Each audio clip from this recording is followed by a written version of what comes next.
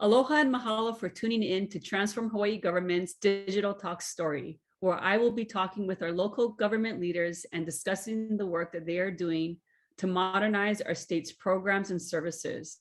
My name is Christine Sakuda, Executive Director of Transform Hawaii Government. Today on our call, I have the pleasure of talking story with Senator Jarrett Keohokalole. Aloha, Senator. Aloha. Senator Keohokalole is the chair of the Health Committee and former chair of the Senate Tech Committee. Welcome, Senator, and let's just jump right into it. First, please tell us a little bit about yourself and sort of what you do, especially since the Senate has and the legislature has just opened up. Can you say a few words about your background? Sure. I represent Kaneohe and Kailua in the state Senate. Grew up there. Came back after college to raise our kids over here, which we're doing now, and really grateful and privileged to serve these communities in the Senate. So yeah, we opened the legislature yesterday. I'm the chair of the Health Committee, so there's a lot going on in the legislative session this year around health issues. But also there's a lot going on in the tech world as well. The big one this year, I think, is going to be infrastructure, especially how we deploy broadband. Great, thank you. Thank you for that. And that's a nice segue. And my one comment is, I think one of the first times I met you is actually on our street when you were walking down our street, and I saw a familiar face and we waved and connected, and I always have fond memories of that. So it's great to connect with you that way. Same neighborhood. Well, good thing you brought up technology and healthcare. First of all, they kind of go hand in hand. I mean, it's hard to talk about healthcare without infusing the dependence that the healthcare industry actually has on technology. And then you also mentioned broadband. So those are two things that we want to touch on in our conversation.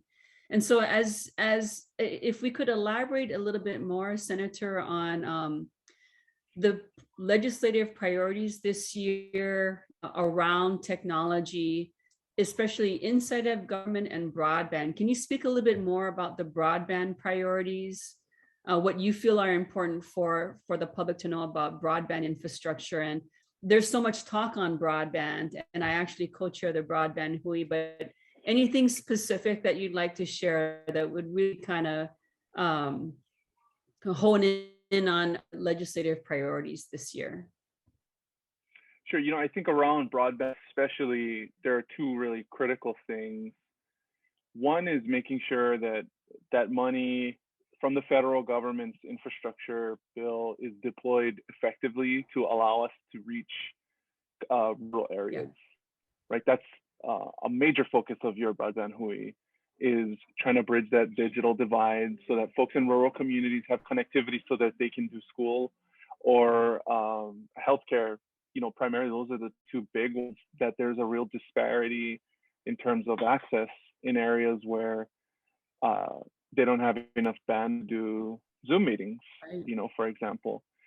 The other one, which I think is a big opportunity, a little bit more complicated, and we're going to need to spend some time working through it and discussing it, is with this infusion of broadband support, I think there's a real opportunity here for our aid agencies, especially the big users, to capitalize on the increased risk, to reform the way that they operate their systems, but also just utilize the bandwidth and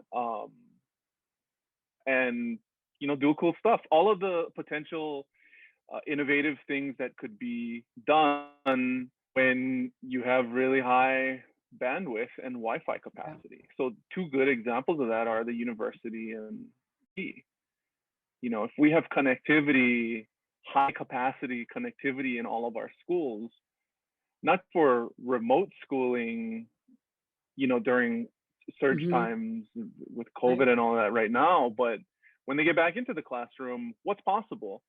An example of this is at Castle High School, they have a science and tech club, and you know, they've done projects coding remote vehicles to operate, like little remote controlled vehicles.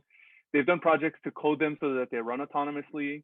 They have 3D printers where they get on the CAD engineering software and they fabricate their own stuff.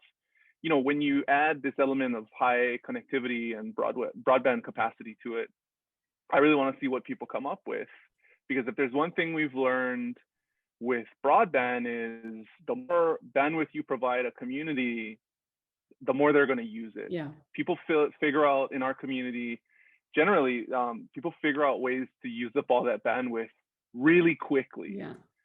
So I think there's a lot of opportunity there if we can get the deployment right and done quickly. Yeah, thank you for that. And especially our younger generation, they are very adept at, and I have 2 kids and they're very adept at using lots of bandwidth. And not just for games, but for other things too. It's amazing to see them connect with the world, especially coming out of the pandemic. And so I think schools leveraging high-speed internet are pretty critical. And you did mention, Senator, that all this federal funding is coming down for broadband. And how is the state coordinating that? Because we know that there's money coming down from the federal government and we want to get broadband into the hands of the community. Is that, are there key focal points in government that can help, that is helping to shepherd or helping to steward the funds so that they kind of get to the right place? Yeah, I think there are. The way the state has regulated telephone and then television is different from the way that we regulate broadband, because the federal government does it all. Sort of like how the federal government regulates air travel and helicopters and all of that. Mm-hmm. There aren't as many inputs for us. So I think the infusion of this money is an opportunity for the state to set expectations with the private sector, the broadband and internet providers, so that there are clear standards for what we expect to receive as a public in terms of capacity and connectivity, if those funds are going to be allotted to the private sector. I think it's going to have to be a partnership between our internet and broadband providers now, because they have the backbone fiber optic cable that's in the ground or on the telephone poles everywhere. And it's going to be the easiest to partner with them so that they can just extend the telephone poles out into communities where they don't connect, or run them in the ground with infrastructure that's going in new communities or wherever their cable lines have ended, right? But the tricky part is making sure that all of our state agencies that are involved, like I said, the schools, the university, the Department of Transportation, where they're running along highways, where everybody is able to articulate what they expect to receive in return for subsidizing, in a lot of cases, the private sector to go in and extend out connectivity. Yeah, thank you. And if nothing else, coming through the pandemic, everyone is very in tune to having internet access, high-speed internet access, or not having high-speed internet access. And so I think it's just a great opportunity that we have to build our infrastructure here to get that high-speed internet access throughout the islands. So thank you. And the last piece, the last piece real quick, and you know this really well, is devices, right? I mean, there's a whole spectrum. A lot of households don't have devices. A lot of households need more devices than they have now, in order to connect to the bandwidth, even if we can get these communities connected. So there's a whole spectrum, all the way from, the cables that run under the Pacific Ocean that lands, in Waianae, all the way to making sure people have tablets and things so that their kids can get online to do their homework. So lots of work to do. Lots of work to do. And I'm going to segue from broadband. I mean, broadband provides critical infrastructure to enable people to use technology, software, applications. When we look back at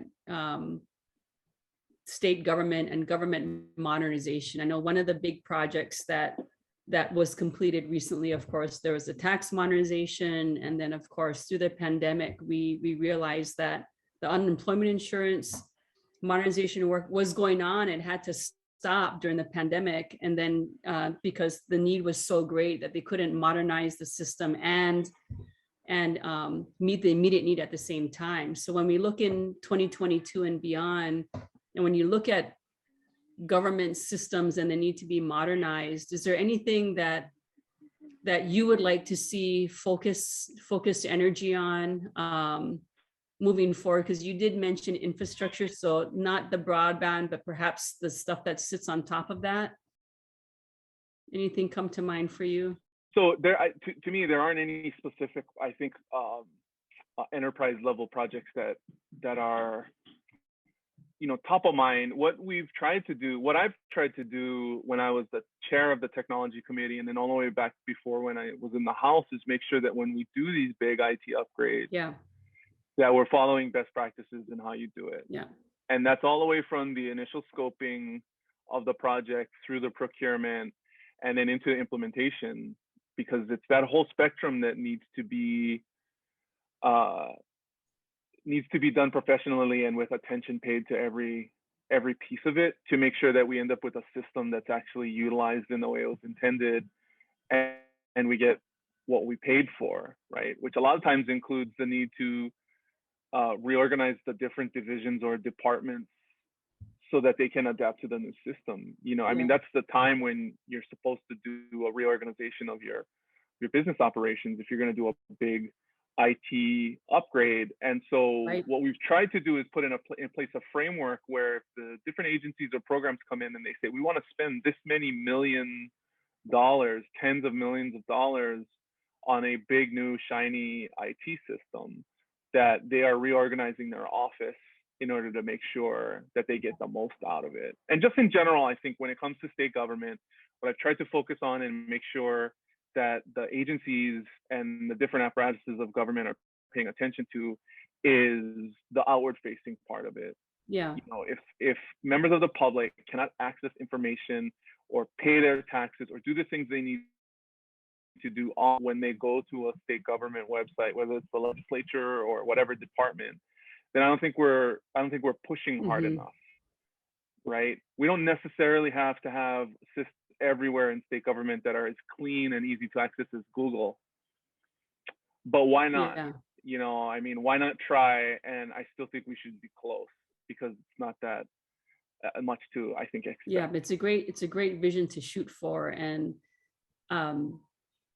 we actually recently did a survey. THG did a survey that was in Civil Beat not too long ago, where we polled the community on their sentiment about accessing government services. Are they comfortable with technology?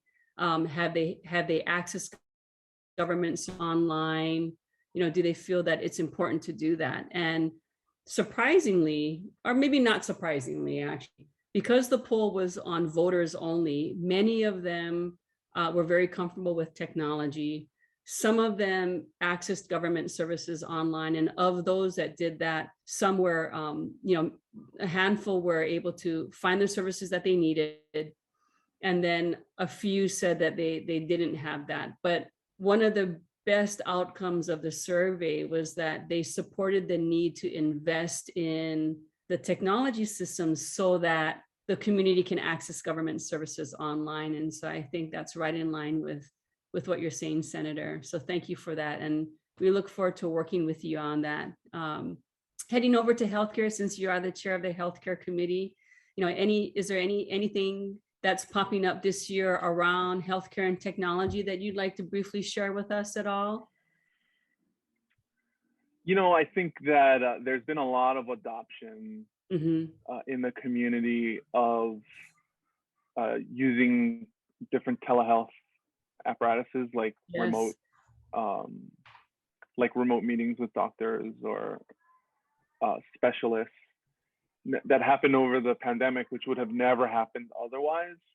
So, there's a progression that I think we need to continue to move toward to get better adoption of that in a way that makes sense for the public, that helps hopefully reduce costs, but also helps provide better access and better outcomes. Yeah. So that's a whole discussion that's happening right now and will continue during the session. What different types of visits just make more sense on Zoom? Yeah. Right? When you're, if you just need a refill, things are going well, versus, what are those specific things that, especially now that we've had a lot of adoption and a lot of use of remote telehealth, what sorts of things really need to be done in person? Yeah. Right? Because that's where you're going to get the best outcome. And so I think the more we use it, the more the healthcare industry is learning, the more we're learning, the more people in the public are using it and are figuring out what they're comfortable with and what they think works. So I think there's a lot of opportunity for that to progress this year. And there are a number of pieces of legislation that we will likely be hearing in the health committee to figure out, where those different segments should fall at this point in time. It's probably all going to be different next year. We'll see. Well, thank you. And I really appreciate having someone like you with an affinity for technology in charge of the healthcare committee. When I started off in technology back in the mid-90s, and I'm dating myself, but it was in telehealth, and it was hard to get going. And Hawaii was a trailblazer, I think, in telehealth and the ability to kind of use that across the island, since so many of the specialists are on Oahu. The pandemic has sort of fast-tracked that, and it's just nice to see it really come into its own. And to the degree that we can continue to leverage telehealth technology to provide greater services to the community would be fantastic. So I will keep an eye out for those bills that are coming through your committee and support them. It's really exciting. So as we start to wrap up, Senator, is there anything else that you'd like to share? Any parting words to the THG coalition on the work that is this year in 2022?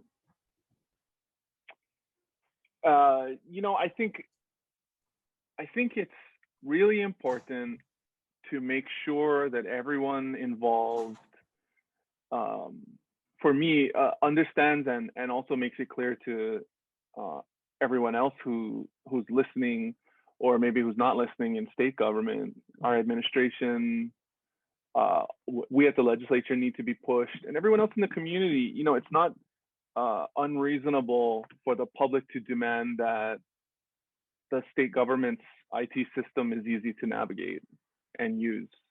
It's not too much to demand that. Yeah. And sometimes it's complicated to implement, as anything in a big organization is. But that's probably somewhere where I could say, help us. Let's set that as a target to be held accountable to. It shouldn't be too much to ask for. That if you need information or you need to access the state government, you should be able to just go online and do it. I will definitely quote you on that. That's right up THG's alley. And thank you so much, Senator. Really appreciate it. We're going to wrap up now. And so mahalo for your time, Senator Keohokalole. We wish you best of luck, of course, in the 2022 legislative session, and best of health as we continue to come out of the pandemic. So thank you again for your time and joining us today on Digital Talk Story. Thank you. Aloha. Aloha.